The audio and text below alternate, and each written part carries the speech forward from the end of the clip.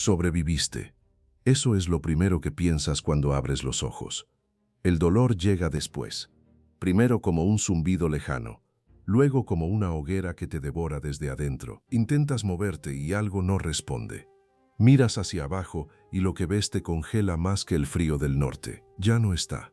Tu mano, tu brazo, tu pierna.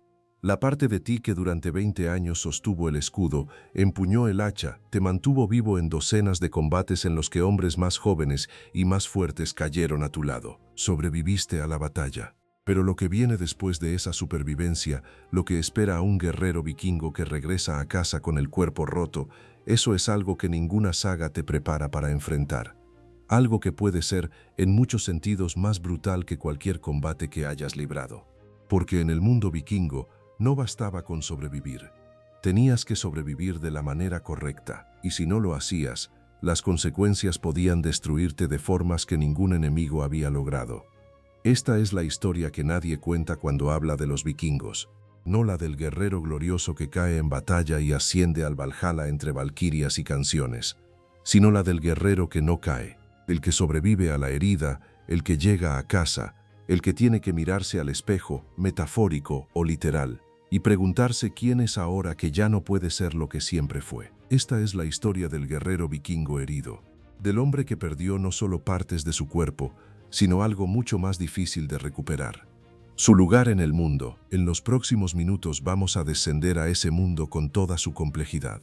Vamos a ver cómo una herida en el campo de batalla podía desencadenar una crisis que iba mucho más allá de lo físico, cómo la sociedad nórdica juzgaba a sus heridos, cuáles eran las opciones reales que tenía un guerrero mutilado, y qué decisiones extremas tomaron algunos de estos hombres cuando sintieron que todas las salidas estaban cerradas. Pero antes de llegar a eso, necesitas entender algo sobre el mundo en el que estos hombres vivían, algo que lo cambia todo. En el mundo vikingo, eras lo que tu cuerpo podía hacer. Y el día que tu cuerpo dejaba de poder hacerlo, todo lo demás empezaba a tambalearse. No había seguridad social en el norte medieval. No había pensiones, no había hospitales, no había estructuras estatales diseñadas para sostener a los que ya no podían sostenerse solos. Lo que había era la comunidad, la familia, el jarl, y todos ellos funcionaban bajo un principio que nadie decía en voz alta, pero que todos entendían perfectamente. Das lo que puedes, recibes lo que mereces. Para un guerrero, ese contrato era absolutamente físico. Tu aportación a la comunidad era tu cuerpo en combate. Tu capacidad de proteger, de atacar, de cruzar el mar en un dracar durante semanas sin desmoronarte. Tu resistencia, tu fuerza, tu velocidad, eso era lo que ofrecías.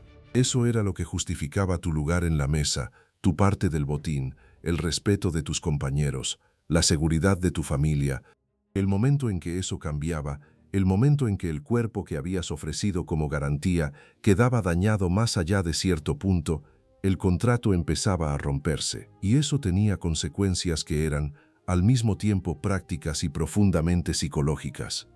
Empecemos por lo práctico. Un guerrero con una herida leve podía recuperarse, una fractura que soldaba bien, una herida de espada en el hombro que cicatrizaba sin infección, una costilla rota que dejaba de doler después de semanas de reposo. Estas heridas eran casi un rito de paso en el mundo vikingo. Las cicatrices se mostraban con orgullo. Eran la evidencia visible de que habías estado allí, de que habías participado, de que habías sobrevivido. No disminuían tu valor, a menudo lo aumentaban, pero había otro tipo de herida. El tipo que no cicatrizaba y te devolvía al campo de batalla.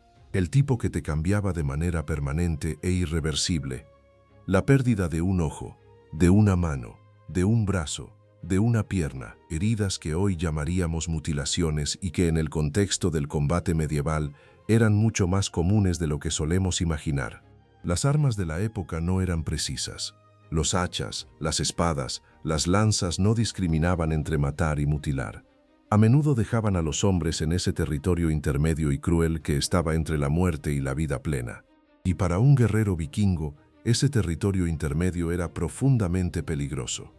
No solo físicamente, psicológicamente, porque aquí estaba la pregunta que nadie quería hacerse en voz alta, pero que todos se hacían en silencio. ¿Seguía siendo el mismo hombre? La respuesta que la sociedad vikinga daba a esa pregunta era más compleja y más cruel de lo que podrías imaginar. Y dependía en gran medida de algo completamente inesperado. Dependía de qué parte del cuerpo habías perdido y de cómo la habías perdido. Porque no todas las mutilaciones eran iguales en el mundo nórdico. Y esa diferencia lo cambiaba absolutamente todo. Hay algo que las fuentes nórdicas dejan muy claro, aunque nunca lo dicen de manera directa. El honor de una herida dependía de su historia. No de su gravedad, de su historia. Un guerrero que perdía el brazo derecho defendiendo a su jarl en el momento más crítico de una batalla, que seguía luchando con el muñón sangrando durante suficiente tiempo para que sus compañeros pudieran reorganizarse. Ese hombre llegaba a casa mutilado pero intocable. Su herida era un documento, un testimonio grabado en carne de lo que había hecho y de cómo lo había hecho. La comunidad lo sabía. Sus compañeros lo habían visto. La historia se contaría durante generaciones. Ese hombre podía perder el brazo y no perder el honor. Pero existía otro escenario. El guerrero que resultaba herido en circunstancias ambiguas. El que perdía la mano en una retirada cuando el jarl había dado la orden de aguantar. El que quedaba incapacitado no en el fragor del combate, sino en una escaramuza menor, en un momento en que nadie de peso lo estaba mirando. El que sufría su herida de una manera que no tenía testigos que pudieran confirmar la versión heroica. Para ese hombre, el camino era inmensamente más complicado. Porque en el mundo vikingo, la reputación no era solo lo que habías hecho. Era lo que los demás podían atestiguar que habías hecho. La diferencia entre las dos cosas podía ser la diferencia entre una vida con dignidad y una existencia al margen. Las leyes nórdicas medievales, y aquí la arqueología y la historia legal se vuelven fascinantes, tenían disposiciones específicas sobre los heridos. Los códigos legales escandinavos establecían compensaciones para diferentes tipos de heridas. La pérdida de un ojo tenía un precio. La pérdida de una mano tenía otro. La pérdida de un pie, otro diferente. Esto nos dice algo extraordinariamente importante. Nos dice que la sociedad nórdica tenía un sistema de reconocimiento formal del daño físico. No ignoraba a sus heridos. Los codificaba, los clasificaba, les asignaba un valor de compensación que debía ser pagado por quien los había herido, en combate legal como el Holmgang, o por el enemigo derrotado en batalla. Pero ese sistema de compensación también era, inevitablemente, una jerarquía. Había heridas que valían más y heridas que valían menos. Y esa jerarquía legal reflejaba, con una precisión brutal, la jerarquía social que esperaba al herido cuando volvía a casa. Porque no era lo mismo llegar con una cicatriz en el rostro que llegar sin una mano, y no era lo mismo llegar sin una mano que llegar sin una pierna. Cada variante tenía sus propias implicaciones para lo que ese hombre podía hacer en el futuro, para lo que se esperaba de él, para cómo su comunidad lo trataría, para qué papel, si es que quedaba alguno, podía jugar dentro de la estructura que había sido su mundo. Pero lo que ningún código legal podía capturar era la dimensión más invisible de todo esto, la que ocurría dentro de la cabeza del guerrero herido. La que empezaba en el momento en que abría los ojos y entendía lo que había perdido. La crisis psicológica que vendría después era algo para lo que el mundo vikingo no tenía nombre, pero que sus sagas describen con una honestidad que todavía duele leer. Nadie en el mundo vikingo hablaba de lo que hoy llamaríamos salud mental, no porque no existiera el sufrimiento psicológico, sino porque no había un lenguaje para nombrar lo que no fuera la debilidad, y la debilidad era exactamente lo que un guerrero herido no podía permitirse mostrar. Así que ocurría en silencio. En las noches de invierno, cuando el fuego se apagaba y los demás dormían, en el momento en que los jóvenes de la comunidad partían hacia una expedición y tú te quedabas en la orilla, mirando cómo los barcos se alejaban, en el instante en que alguien te pedía ayuda con algo que antes hacía sin pensar y ahora era imposible. Las sagas no le dan nombre a esto, pero lo describen. Egil Skallagrímson, cuya saga ya mencionamos, muestra episodios que hoy reconoceríamos como depresión severa. Gunnar de Illitharendi, uno de los guerreros más admirados de la saga de Njál, muestra señales de algo que podríamos llamar fatiga de combate. Una incapacidad progresiva de seguir siendo lo que todos esperaban que fuera. Y había algo más, algo que las fuentes mencionan con una frecuencia que resulta reveladora.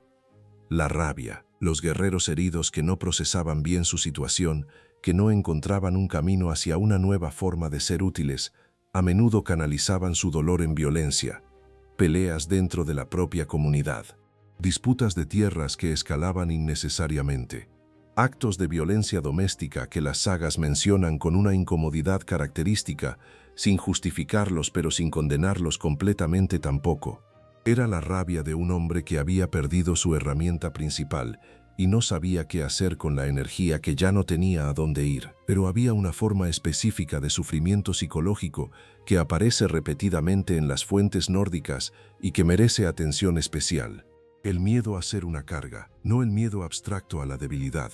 El miedo concreto, práctico, aplastante, de saber que tu familia va a tener que alimentarte, cuidarte, dedicar recursos que son escasos a mantener a alguien que ya no puede contribuir de la manera que contribuía antes. Este miedo no era irracional en el contexto vikingo.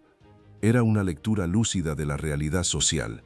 Una familia que tuviera que dedicar tiempo y recursos a cuidar a un guerrero gravemente herido, que no pudiera trabajar la tierra, ni salir a comerciar, ni participar en la defensa de la comunidad, esa familia estaba en desventaja. En un mundo donde el margen de error era pequeño, donde un invierno duro podía significar hambre y un enemigo inesperado podía significar el fin, cada miembro de la comunidad que no contribuía era un peso que alguien más tenía que cargar. El guerrero herido lo sabía, y ese conocimiento, esa conciencia aguda de estar convirtiéndose en exactamente lo que había jurado no ser, podía ser más devastador que la herida física. Algunos hombres respondían a ese miedo con determinación, con la decisión de encontrar una nueva manera de ser útiles, de reinventarse, de demostrar que el guerrero herido todavía tenía valor. Pero otros respondían de una manera que nadie en su comunidad esperaba, una manera que las sagas mencionan con una sequedad que oculta toda su tragedia. Decidían que la única salida digna era también la última. Hay un momento en la recuperación de cualquier herida grave en el que todo se aclara, el momento en que el guerrero entiende que esto no va a mejorar más, que la mano que perdió no va a volver, que el ojo que ya no ve no va a recuperar la visión, que la pierna que le amputaron para salvarle la vida ha cambiado para siempre la mecánica de su existencia. Ese momento de comprensión era, en muchos sentidos, el verdadero punto de inflexión, no la herida misma, sino la aceptación de sus consecuencias permanentes. Y en el mundo vikingo, las consecuencias de ciertas mutilaciones eran brutalmente concretas. Tomemos el caso de la pérdida de la mano derecha. En una sociedad donde casi todo lo importante se hacía con las manos, esto era catastrófico. No podías sostener un escudo y un arma al mismo tiempo, que era la habilidad básica de cualquier guerrero. No podías manejar un remo eficientemente durante las largas travesías en Drakkar. No podías trabajar la forja, no podías construir, no podías realizar la mayoría de las tareas agrícolas de la manera en que estaban diseñadas para ser realizadas. Pero la arqueología nos ha dado algo fascinante aquí, evidencia de prótesis. Se han encontrado restos de individuos vikingos con extremidades amputadas que muestran signos de haber usado dispositivos de sustitución, muñones con marcas que sugieren el uso prolongado de algún tipo de fijación. En algunos casos, lo que parecen ser ganchos o soportes rudimentarios fabricados con materiales orgánicos que se han conservado parcialmente. Esto nos dice algo crucial. Nos dice que algunos de estos hombres no aceptaron simplemente su limitación.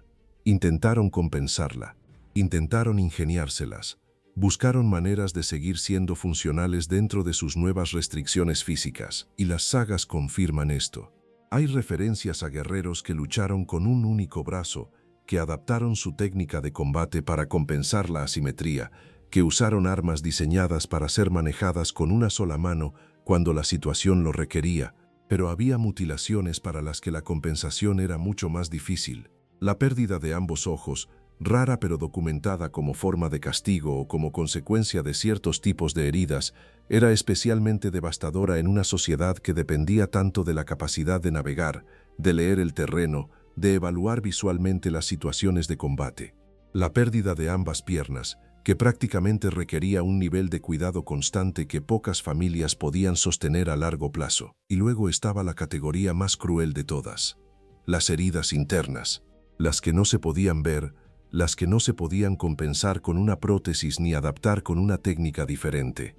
Las heridas en el abdomen o el pecho que habían dañado órganos de maneras que la medicina nórdica no podía reparar.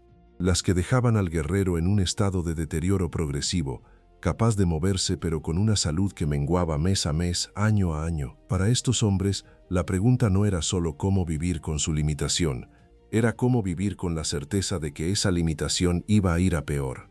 Y ahí, en ese punto de encrucijada, es donde las decisiones se volvían verdaderamente extremas.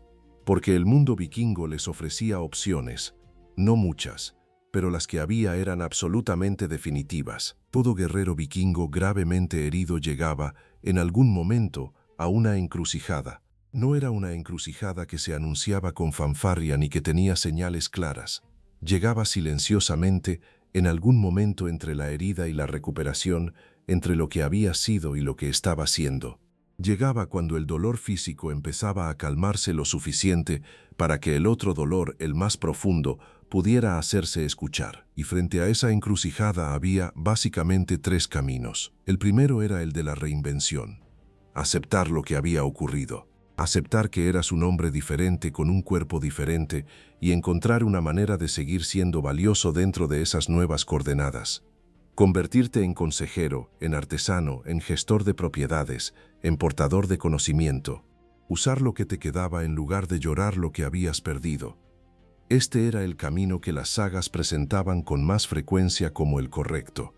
No porque fuera el más fácil, sino porque era el que permitía al guerrero herido seguir contribuyendo, seguir siendo parte de la comunidad, seguir justificando su lugar junto al fuego. Los hombres que tomaban este camino no desaparecían de la historia nórdica. A veces se convertían en figuras más influyentes de lo que habían sido como guerreros activos, porque habían pasado por algo que muy pocos sobrevivían, y esa experiencia, combinada con la sabiduría forzada de tener que reinventarse, los hacía extraordinariamente valiosos. Pero nadie puede tomar este camino desde el primer día.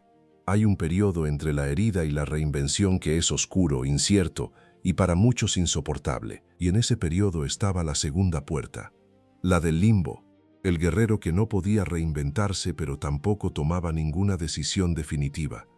El que sobrevivía día a día en un estado de existencia disminuida, dependiente de su familia cada vez más al margen de la vida activa de su comunidad, consumido por la amargura o el alcohol, o ambos. Las sagas no son amables con estos hombres, no los condenan explícitamente, pero los describen con una frialdad que es casi peor que la condena.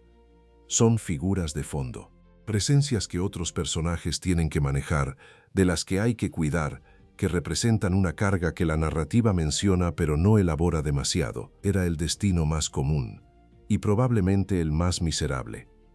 Pero luego estaba la tercera puerta, la que nadie quería abrir pero que algunos abrían de todas formas. La búsqueda activa de una muerte en combate antes de que la decadencia se volviera total. El guerrero que, consciente de que su cuerpo estaba fallando de manera irreversible, tomaba la decisión de salir a buscar su fin de la única manera que su cultura consideraba apropiada. Y lo que ocurría cuando algunos de estos hombres abrían esa tercera puerta era algo que sus comunidades no siempre esperaban. Algo que a veces resultaba en exactamente lo que buscaban, y otras veces en algo completamente diferente. El concepto nórdico de la muerte en el lecho de paja, la estrotoz en algunos textos, era visto con un desprecio que resulta difícil de exagerar. Morir en cama, sin armas, sin lucha, consumido lentamente por la enfermedad o la vejez. Para muchos guerreros vikingos, esa imagen era literalmente aterradora. No porque la muerte en sí les asustara, sino porque esa muerte en particular significaba el cierre equivocado de la historia. Significaba él en lugar de Valhalla. Y para algunos guerreros heridos que veían ese destino aproximarse, que sentían en sus propios cuerpos el deterioro inevitable, la respuesta era clara: ir a buscar la puerta correcta antes de que la incorrecta se abriera sola. La forma más directa de hacer esto era unirse a una batalla, cualquier batalla. En el período vikingo siempre había conflictos disponibles, disputas entre jarls, expediciones de raiding, confrontaciones tribales. Un guerrero que quería pelear podía encontrar la oportunidad de hacerlo. Las fuentes mencionan varios casos de guerreros heridos o enfermos que se hicieron llevar al campo de batalla. Algunos incapaces de caminar, transportados en literas o apoyados en compañeros, que insistían en estar presentes en el combate aunque solo fuera para caer al inicio del mismo. La lógica era perfecta dentro de su propio sistema de valores.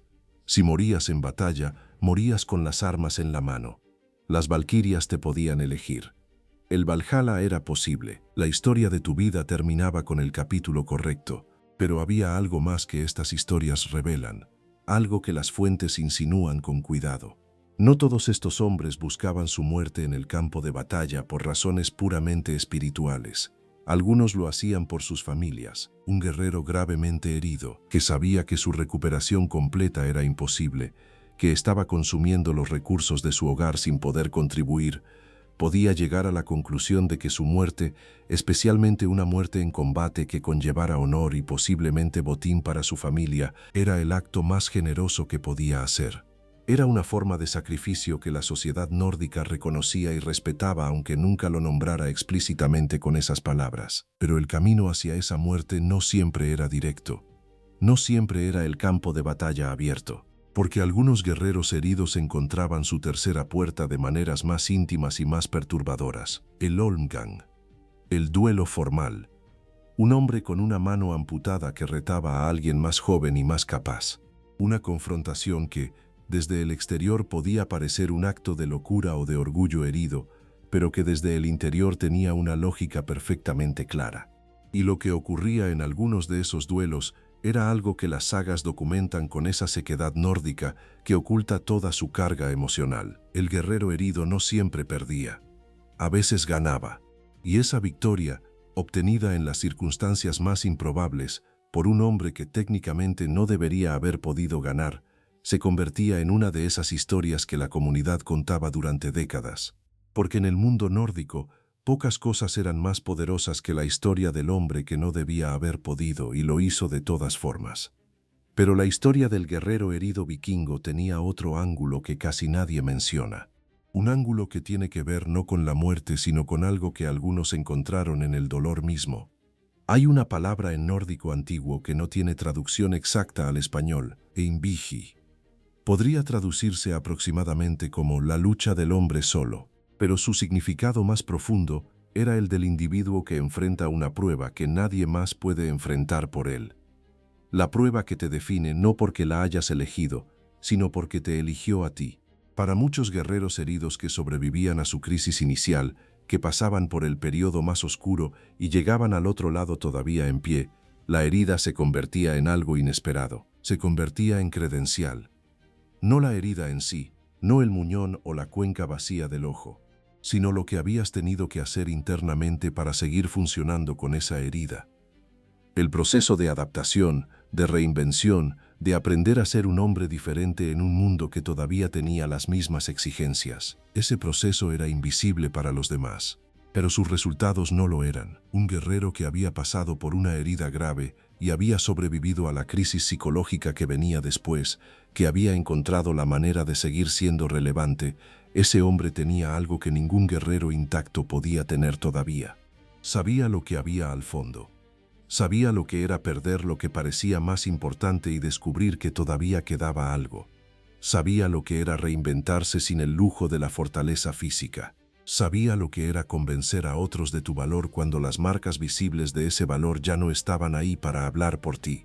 Y ese conocimiento era inmensamente útil en la política interna de cualquier comunidad nórdica. Las disputas dentro de los jarls, las negociaciones entre familias, las decisiones sobre alianzas y guerras, todo eso requería no solo fuerza sino inteligencia táctica, lectura de personas, capacidad de sostener una posición bajo presión. Y pocos hombres habían sido entrenados en esas habilidades de manera más brutal que el guerrero que había tenido que negociar su propio valor ante una comunidad que dudaba de él. Había algo más, algo que aparece en las fuentes de manera indirecta pero consistente, la relación entre la herida y la profecía. En el mundo nórdico, ciertos tipos de sufrimiento extremo eran vistos como umbrales hacia el conocimiento espiritual. El propio Odín se había colgado del árbol Yggdrasil durante 9 días, atravesado por su propia lanza, para obtener el conocimiento de las runas. Había sacrificado su ojo en el pozo de Mimir para obtener sabiduría, el dolor voluntario o involuntario como portal hacia algo más. No todos los guerreros heridos llegaban a esta interpretación, pero algunos sí. Algunos encontraban en su herida no el fin de lo que habían sido, sino el inicio de algo diferente. Un conocimiento del cuerpo y sus límites que otros no tenían. Una relación con el dolor que los hacía más capaces de enfrentar ciertos tipos de situaciones. Y algunos de estos hombres encontraban su camino hacia los roles más místicos de la sociedad nórdica. El herido que se convertía en sanador. El mutilado que aprendía a trabajar con las fuerzas que escapaban a la vista. El guerrero roto que descubría que el mundo invisible era tan real y tan navegable como el visible. Este era el giro que menos gente esperaba. El camino que transformaba la herida de condena en algo completamente diferente. Pero no todos podían tomarlo. Y para los que no podían, para los que se quedaban atrapados entre lo que habían sido y lo que no podían llegar a ser, la historia terminaba de maneras que las sagas narran con una honestidad incómoda. Hay un momento en la historia de cada guerrero vikingo herido que era, en muchos sentidos, más decisivo que la herida misma. El momento en que la comunidad emitía su juicio, no en un tribunal formal, no con palabras directas, sino de la manera en que las comunidades pequeñas siempre juzgan, con los ojos que se apartan, con las invitaciones que dejan de llegar, con el lugar que ya no se te guarda en la mesa durante los festejos, con el silencio que se abre cuando entras a una habitación, o con lo contrario, con el lugar que sí se te guarda, con el hombre que se acerca a pedirte consejo aunque no necesite ese consejo, porque quiere que sepas que todavía te ve, con la historia de tu herida que se cuenta con respeto en la comunidad, asegurándose de que las circunstancias honorables queden claras para quien las desconozca. La respuesta de la comunidad no era un destino fijo, era una conversación en curso. Y el guerrero herido tenía más influencia en esa conversación de lo que a veces creía, porque la comunidad nórdica no era cruel por crueldad, era práctica por necesidad. Y la practicidad dictaba que se cuidara bien a los que podían contribuir de alguna manera, a los que tenían algo que ofrecer aunque ese algo hubiera cambiado de forma. Lo que los viejos guerreros heridos que encontraban un segundo acto tenían en común, lo que las sagas sugieren una y otra vez, es que todos ellos hicieron algo específico en ese momento de juicio comunitario. Se hicieron ver. No esperaron a que la comunidad llegara a ellos. No se retiraron a su dolor y esperaron que el mundo recordara quiénes habían sido. Salieron, participaron, encontraron la manera de estar presentes de formas que recordaran sin decirlo que todavía eran relevantes. El guerrero sin mano que seguía apareciendo al Thing y hablando con precisión sobre cuestiones legales que nadie más conocía tan bien, el hombre con una pierna que seguía supervisando la construcción de barcos, moviéndose con dificultad entre la madera y el hierro, pero estando ahí, siendo visible, siendo útil, presencia como argumento, continuidad como declaración, y aquí está el cierre de esta historia que es también su apertura hacia algo más grande. Porque lo que descubrimos cuando miramos de cerca la experiencia de los guerreros vikingos heridos no es solo una historia sobre el pasado, es una historia sobre algo que no ha cambiado tanto como creemos. La crisis del guerrero herido, la pérdida de la identidad ligada al cuerpo que puede hacer, la búsqueda desesperada de una nueva razón de ser, el juicio de la comunidad y la necesidad de hacerse ver de nuevas maneras, todo eso sigue ocurriendo. Con nombres diferentes, en contextos diferentes, con tecnologías médicas infinitamente más sofisticadas, pero con la misma estructura emocional en su núcleo. Lo que los vikingos enfrentaban de manera desnuda, sin los amortiguadores que la sociedad moderna ha construido alrededor de esas crisis, nos muestra algo que normalmente no queremos ver tan claramente, que la identidad construida sobre lo que el cuerpo puede hacer es, inevitablemente, frágil, y que el trabajo más difícil de cualquier vida no es el que se hace con los músculos.